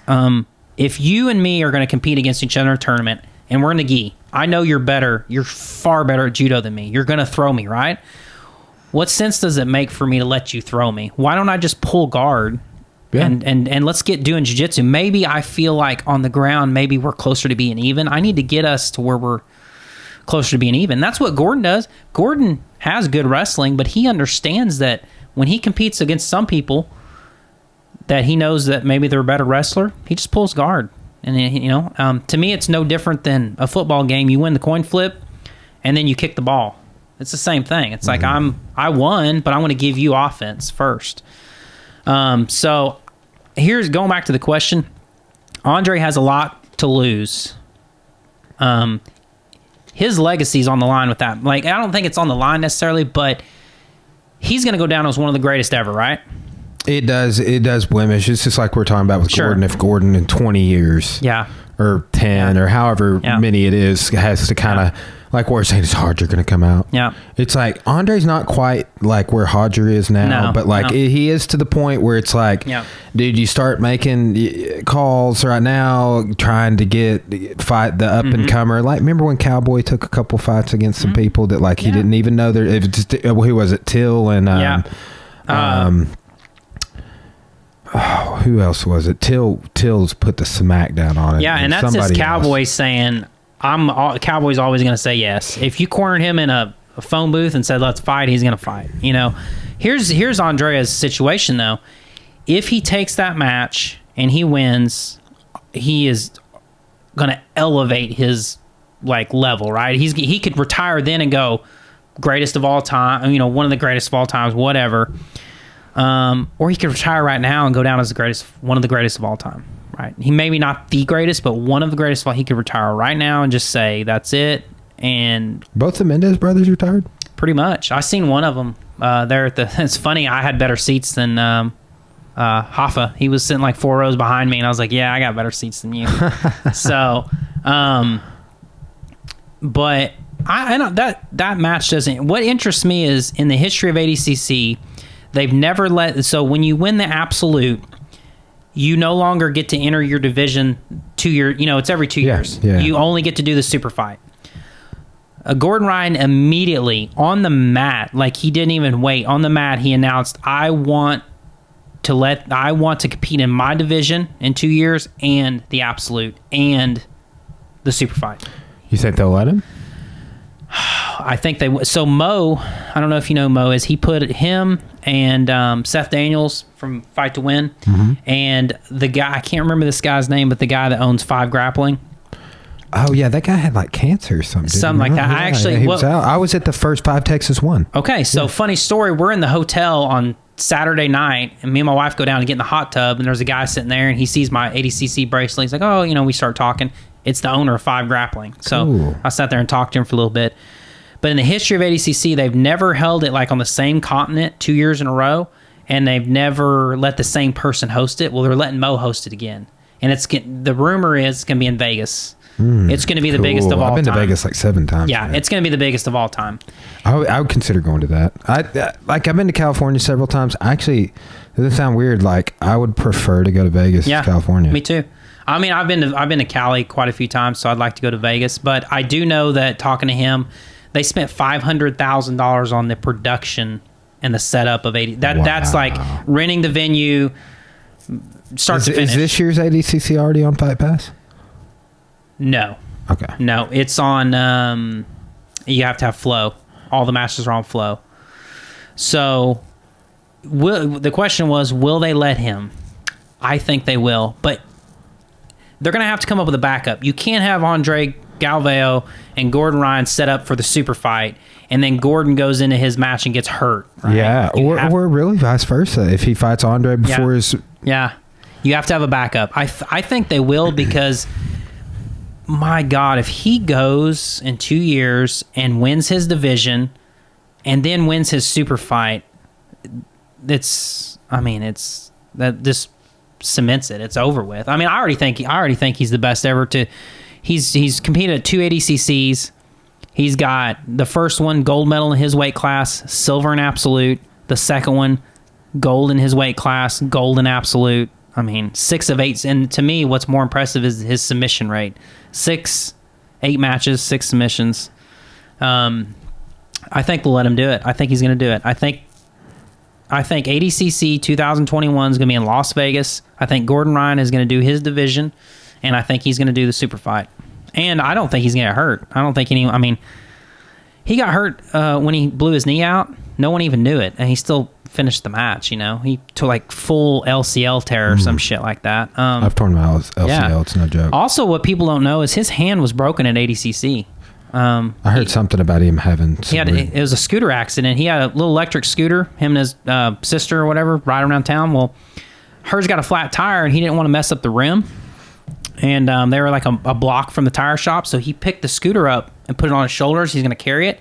He didn't know it was on. He hit the throttle, and I guess the chain wrapped around his hand, and he just taped his hand up and won double gold at ADCC. So, yeah, with a and he wound up going to the doctor. I guess I met him. So ADCC was like Saturday, Sunday, and then we stayed in Cali all week, and then the following Saturday, he was at an event, the World Jiu-Jitsu Festival. He had a match with Husima Palialis the next day. Did you get to see that? I had to fly out, so I didn't get to see that match, but I got to go meet him. I got to say, hey, by the way, I flew here from Arkansas to watch you win. Congratulations. I shook his hand. His hand was like a bag of marshmallows. It was so swollen. It was crazy. It was just soft and bloated. So, yeah, I think, so I would say to anyone that enjoys jiu-jitsu, go to ADCC.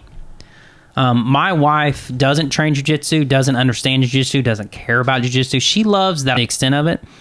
The second day, she not only was not on her phone, she was on the edge of her seat, and she was clapping, and she was jumping out of her seat. If that tells you anything. You think she'll ever start training? No. No, not really. No, just like that. One of the things is she does. I mean, she's a long distance runner. She ran a half marathon. We were in California.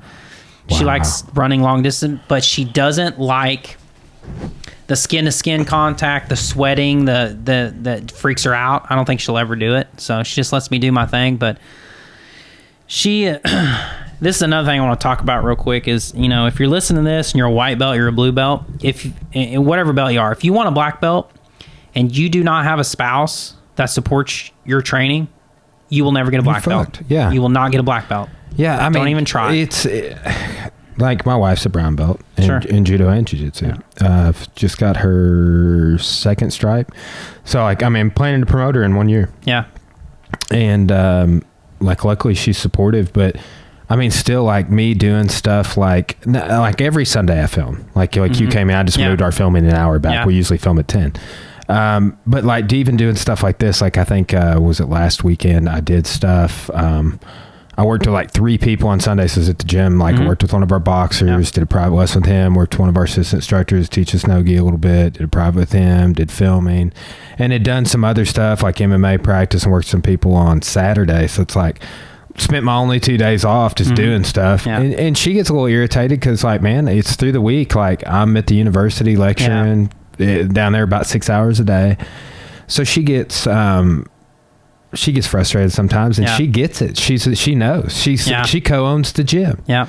But also she gets it and doesn't get it because literally I'm in a weird place where it's if I'm not here doing this or in my office, which I also have a recording set up at my office, that's all I want to be doing. Yeah. I just want to be at the gym doing what we were doing earlier, or some form of it. Yeah. So I tell everybody, because I do, as much as I punish the blue belts and the white belts, I also try, I don't want to say mentor them. I try to give them the best advice I can. And one of the advice I give them is pick your battles. If it like doing this today, my wife is home asleep right now, and my other daughter is watching our baby, so because she's going to work, she's a night shift nurse, so she's going to work tonight. So, how old are your twins? My twins are 13, and then I have a newborn that's 1. And my wife, I always say, pick your battles. Hey, hun, I'm going to go see Brian, train with him, do a podcast, and then next week it's date night, and we're going to the nicest steakhouse in town, and it's all about you, and my phone's going to stay in the truck, and you got all my attention, and I think you need to balance that. The other thing one of the biggest reasons people quit jiu-jitsu, and they never talk about it, is because guys have too many hobbies. They want to play golf, they want to go to the bar with their buddy and drink beer, they want to do their shuffleboard or whatever league or their softball league, and they want to do jiu-jitsu. So whenever the wife starts getting onto them, or the partner, whoever it is, you need to cut 1 or 2 of them out. Jiu-jitsu is the easiest thing to cut out for people because it's physically the hardest, right? It's easy to just say, I'm going to cut that out. So first of all, you have to have a spouse that's on board, that supports your training, that on days you don't necessarily want to go, they know you need to go. They know you need to go. You need to, honestly, this sounds, a lot of people won't like this, but jiu-jitsu needs to be your only hobby. You need to be with your partner and your family and be involved in that. And then if you want to do jiu-jitsu, do jiu-jitsu, but don't do You can't have 4 or 5 other hobbies and expect your partner to support all of them. Oh yeah, it's a weird balancing act because with martial arts for me, jiu-jitsu, the gym, but then it's podcasting, which I podcast about martial arts and stuff. But it's also playing music too. Yeah. Like so. But it's like it's weird because I get in this place where like I'm not getting to do enough of some of those things that I want. Yeah. So I mean I get with that for sure. It's just, but I'm the kind of the opposite. I'm like, oh, I got to cut out these other things. Not necessarily music or podcasting, but traveling so much on the weekends so I can be home and do stuff like this. You know. Well, I'll say it. I do not deserve my wife. She is an absolute saint. She, at least in your situation, your wife gets why jiu-jitsu is awesome. My wife doesn't understand it. She just knows that I love it and it makes me happy. So whatever makes me happy makes her happy. But yeah, if you want, like I said, if you want to train in jiu-jitsu, you better have a partner that's on board. Were you married previously? No, I've never been married. Okay. No. Okay. So I didn't really have a great. My parents got divorced when I was real young, so I just never had, and I saw everyone got divorced. I was like, I don't understand getting married. Why just everyone gets divorced? And I met my wife at the end of our second date. I told her, I said, I'm going to marry you. I said, you may think I'm crazy, but you're the greatest thing I've ever come across in my life. You just had great chemistry right out the gate. It was, I don't know if you probably got a best friend, but sometimes as we grow older, our best friends, we don't talk for months at a time.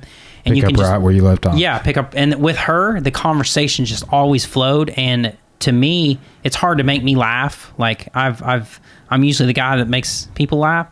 She just cracked me up. I mean, and one thing she did on our second date, I went to the bathroom. We're getting ready to leave. I went to the bathroom. When I came back, she had paid for the bill, which I'm old school. Like, I'm the man. I pay for the bill. And I just thought it was really cool that, she knew that was going to happen and stopped it, because of the first date I wouldn't let her. I was like paying for everything or whatever. And she's just she's super independent, but she also, she doesn't play this like, I need a man to protect me. She allows me to protect her and fill that role. She knows she can take care of herself, but she knows it's important to me for me to feel like I can be the man and take care of her. So she supports me. When I told her that, when I got my 4th stripe on my purple belt, she's like, well, what does that mean? I was like, well, that means the next time I get promoted, it'll be to brown belt. And like her eyes lit up. Like she's excited. For that. She knows it means something. Yeah. So that's great. You got to have someone that supports you. But, to sum up ADCC, it was probably the most amazing event I've ever been to, grappling wise, for sure. And anyone that has any doubts that Gordon Ryan is not the greatest, go watch his matches on Flow. He dominated everybody. I don't even. No one talks about this. He didn't get a single point scored against him. Wow. I mean, that's kind of a big deal. That's super impressive. Do you know how many points he scored personally? Oh shit! No, the 2 matches he won. Well, so the Buchecha match he scored 0 points. The 2 matches that he won by points, he won by 2 or 4 points, something like that. So I bet he scored. Let's see. Even the matches he submitted people, most of his submissions were from the back, so he got guard passing and all that stuff. I bet he scored 20 points on different people, and it was all. I don't even think he was ever in danger of getting a point. No one ever saw his back. No one ever got a limb extended. I mean, it was really like if you went and entered like probably a blue belt division or a purple belt division, that looked like what the gap was. Man, have you ever seen that match with Gordon versus Craig Jones? Oh yeah. That was a crazy match. That was a good match. Got his arm extended. That K guard that Craig Jones was doing. Yep. I met Craig at the hotel lobby. He had a bad eye infection. Oh, yeah. That was going around. Apparently everyone's pissed because he got to compete and gave it to a bunch of people. What about that? His coach, Lachlan. Lachlan Giles. I got to meet him too. I actually, my wife has a picture of us. I'm shaking his hand and I got my hand like over my heart. And what I was telling him is, I was like, you did it for the little guy. You are my hero. I told him, I said, you're my hero. Okay, he's my size. He's legit probably an inch or 2 taller than me and probably maybe 10 pounds heavier than me, 15 pounds. And he just went out and submitted like 230-pound Muhammad Ali, which is cool. I seen him at the hotel hot tub. Me and my wife were sitting in the hot tub Sunday night after the finals. Here comes this. When I say monster, he's a monster, right? And he's like limping from that heel hook, right? I'm like, holy shit, that's Muhammad Ali, But Lachlan's, he's a beast. Him and Gordon got a little beef going on right now online, which is pretty funny. What's all of it about? I haven't seen it. So Lachlan basically said he's selling his leg lock DVD, which he says is different from everyone else's. I've seen that. Gordon kind of in a roundabout way said it's not really different. He's not doing anything different, but he didn't really put him down. He just said, whatever. He just kind of dismissed it. And then Lachlan, he wasn't talking shit about Gordon, but he said, even though he lost that match to Gordon, he said, when we entangled the legs, Gordon withdrew that entanglement. And he basically insinuated that Gordon was going to lose that leg lock battle, so he took us back. So Gordon comes out and says, all right, let's have a leg lock only jiu-jitsu match, meaning the only way you can win is by leg lock. You put up $5,000, I will put up $500,000. Winner takes all. And of course, Lachlan agreed to it, and I don't know if it's going to happen, but that's how confident he is. Yeah. Wow. He was like, I didn't pull out. He was like, basically, he's like, I just saw your back and I took it, and then I strangled you. So, yeah. So Gordon Ryan is the greatest of all time, and I have a free private lesson waiting on me in New York. Oh, dude, that's going to be sick. Yeah. So what I'm thinking is I'm going to try to contact him. Because he kind of said, hey, whenever we're both around, because I've met him like 3 times now. He probably thinks I'm a stalker, which I borderline am. I think I'm going to contact him and see like early next year if there's a time where he's going to be there. And I'm just going to fly up there with the wife. And like I'm going to pay for an hour and take my free hour. And I'm just going to do like 2 hours with him. Oh, wow. That'd be a good idea. And because if I'm getting a free one. Well, then while you're there, you just happen to be at his gym. Yeah. Or you could leap over to Tom DeBlass or Marcelo or Alliance New York, which is not Marcelo but Babs. Yeah. And who's the head guy out of Alliance New York? I can't remember his name. I just...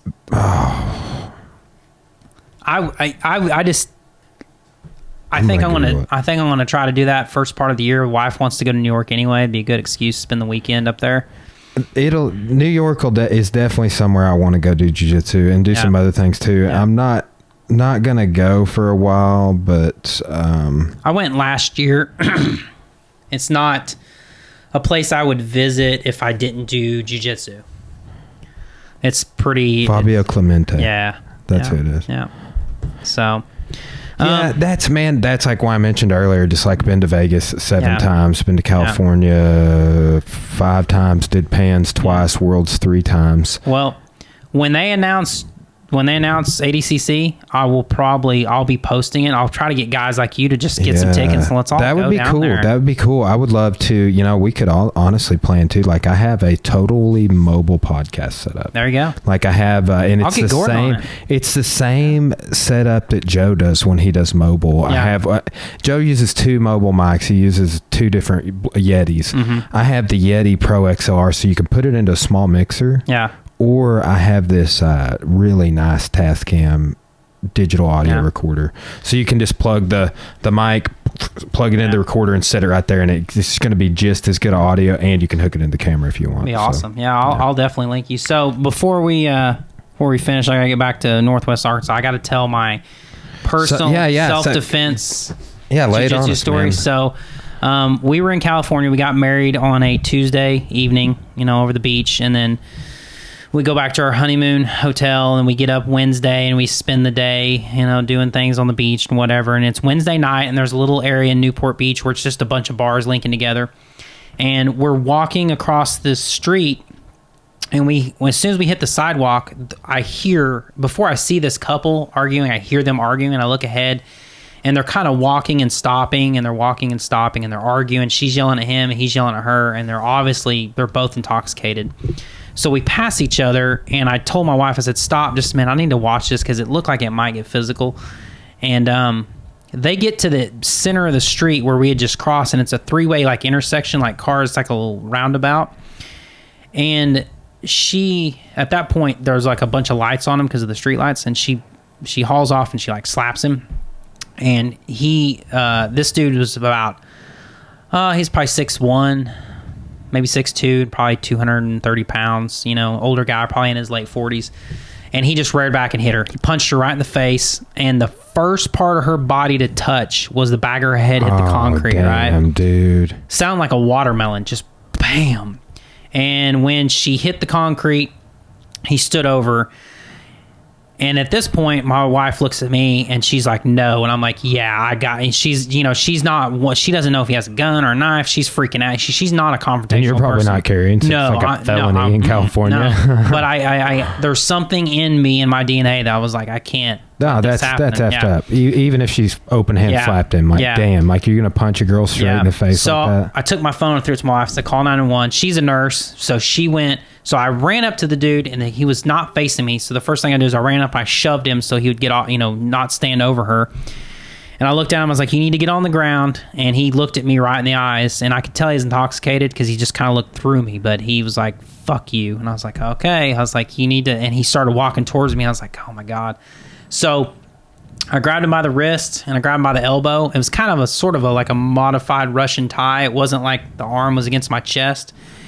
And I pulled him to kind of change his level, and I did like an inside trip, threw him, and he landed on his side. And when he landed on his side, I know you've thrown people in judo where all the oxygen leaves their body. Yeah. So he hit, immediately I still had his arm, so I went right to a Kimura.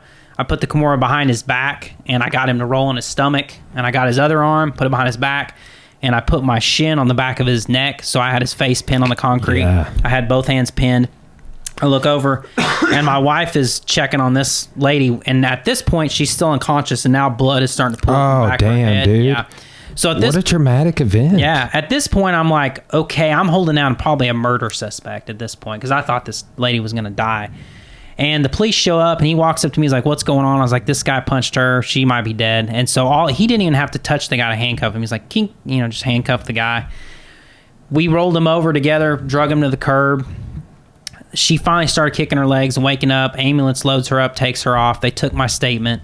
The whole thing happened in about 30 seconds. But the scary part was when I grabbed his arm, I kind of grabbed it in a way where if he went to punch me, I could steer him. He wasn't going to be able to punch me. But there was a point where I felt like he was reaching around in his front of his pants, and I couldn't see if he had anything. And I kind of got super worried, and that's when I just went ahead and threw him. But for me, it was really nice that all the basic stuff that I learned years ago, I didn't go, I'm going to do this and I'm going to do that. My body just took over. It's kicked in. I threw that dude down, put his hands behind his back. I was never in any danger other than if maybe he'd have pulled a knife, I'd had to disengage. But yeah, I got to use jiu-jitsu. My wife was like, I had been her husband one day and she watched that. So obviously she was like super, yeah, it was a good, it was a good honeymoon for sure. She was, you're a hero, yeah, dude. She was like, that's the baddest. Do you know what happened to the girl? Did you have to go back for any court statements? No. Give us statements on the phone? They took my statement, and I was like, they're going to call us back. I was like, I'm going to have to go to this guy's trial. And I never heard another word from him. There was probably 200 people standing around right before the cop handcuffed this guy. Everyone's looking at me, and I guarantee you there's 200 people staring at me, and there's cell phones everywhere. So I even went as far as I found a bunch of Facebook sites like Newport Beach Locals, and I joined all those groups because I was looking for a video of it. I was like, someone's got to have this. I can never find a video because I was like, excuse me, that would be a really cool video to see.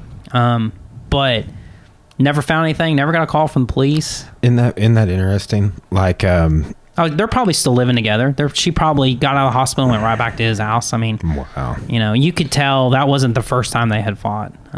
But that's actually the third time I have used jiu-jitsu in a fight that I had nothing to do with, and it was domestic. There was 2 times at 2 different gas stations in Tulsa where a guy was 2 different couples. I was just there. One dude like headbutted his girlfriend, knocked her down, and I tackled him, and I just mounted him, and I just held him there. Quick Trips in Tulsa, for people that know this, police are there all the time. They're like, that's where they go and get all their drinks and stuff. So, but this is the third time that I've been involved in some sort of domestic dispute. So it's like I told my wife, man. I was like, there's some kind of magnet, like I'm being put in this place for some reason. But it's anyway, it's good to know that my jiu-jitsu works. and it's fundamental stuff. I don't berimbolo people, when they're beating up on their girlfriend. I just take them to the ground, hold them there. And I think people get discouraged because maybe what they were trying really hard doesn't work on that purple belt. But we got to remember, we're training to fight people that don't train. Yeah, I bring that up to people all the time. And if you fight someone that doesn't train, it's like playing with a little baby. They can't do anything. We got to remember that we're training against people that are trained to beat us. So don't get discouraged. But yeah. Yeah, well, right on, bro. I really appreciate you taking the time to come down here, show me a few things, did some videos for YouTube. Yeah. Appreciate you on that, which you did before. So we just should make a Jason Ryan playlist. I mean, we got 5 videos. I still feel like no one could learn anything from me. It's a real, like, as egotistical and arrogant as I seem. Isn't that funny? Because, I mean, honestly, like, I was like, I'm going to get this dude to come down here and show me some things. Yeah. And here I am, like, I'm not, like, but I'm black belt. Like, I don't need to get purple belts to come show me things. But I'm like, oh, this guy, he knows things. Yeah. He knows things I don't know. He can show me things. But I feel like I don't. I feel like when I'm showing someone something, I'm like, why are they listening to me? I don't know shit. I've been doing this 8 years. I don't know shit about jiu-jitsu, as a whole. I view it a little different. Like, I run into people that have that. Yeah. And I do too, to an extent. But it's just like, I just realized, like, pretty much the whole time I've been doing my role, I've known more than everybody around me. Yeah. So it's like been an obligation to just share what I know, and in like your areas, you know more than everybody around you. Well, here's how I try to handle it, which helps me feel like I don't have my ego stops on the mat. As big as I do have an ego, and I'm arrogant, but it stops when I step on the mat. I don't act like I know anything. What I try, my general rule is, I answer any questions that asked. That I don't like submit someone and go, let me show you how I did that. Like, I think that's kind of a douchebag move. But if someone says, man, you keep catching me in that, hey, come here. Well, we're going to go over here. I'm going to show you how I'm doing it. Because if you're recognizing it, I'm going to show you. But I'm never going to, I'm not going to just volunteer this information like, oh, you need to learn from me. I just feel like that's not, if someone wants to know, I will tell someone everything I know. I have no secrets, right? Which I think that's the way it should be. Yeah, I've never been one. I think one of the biggest fallacies on, like, well, Jason, you're just not ready to learn. Yeah. The blah blah blah. No. And I switched and started teaching leg locks to white belts a long time ago, and there's never been an issue. And as a matter of fact, I've had white belts submit higher level belts who didn't train. So the deal with leg locks is, I tell people this. If you had a kid that was going to, turn 16 and get their driver's license, right? They can't drive until they're 16, correct? Correct. When are you going to teach them to start driving? When they turn 16, you're going to start them when they're about 14. Yeah, that's why they built in the whole, I think there needs to be some sort of coming of age for everything. Yeah. Like, they build in the, like, okay, you get your permit and then you drive with the driver and after Same for 6 thing months. in jiu-jitsu, yeah. You probably, the guy on his second day, you're not going to pull him aside like, hey, I'm going to show you how to, the breaking mechanics of a heel hook, right? But you're going to show him a straight ankle lock. You're going to teach him some few defenses.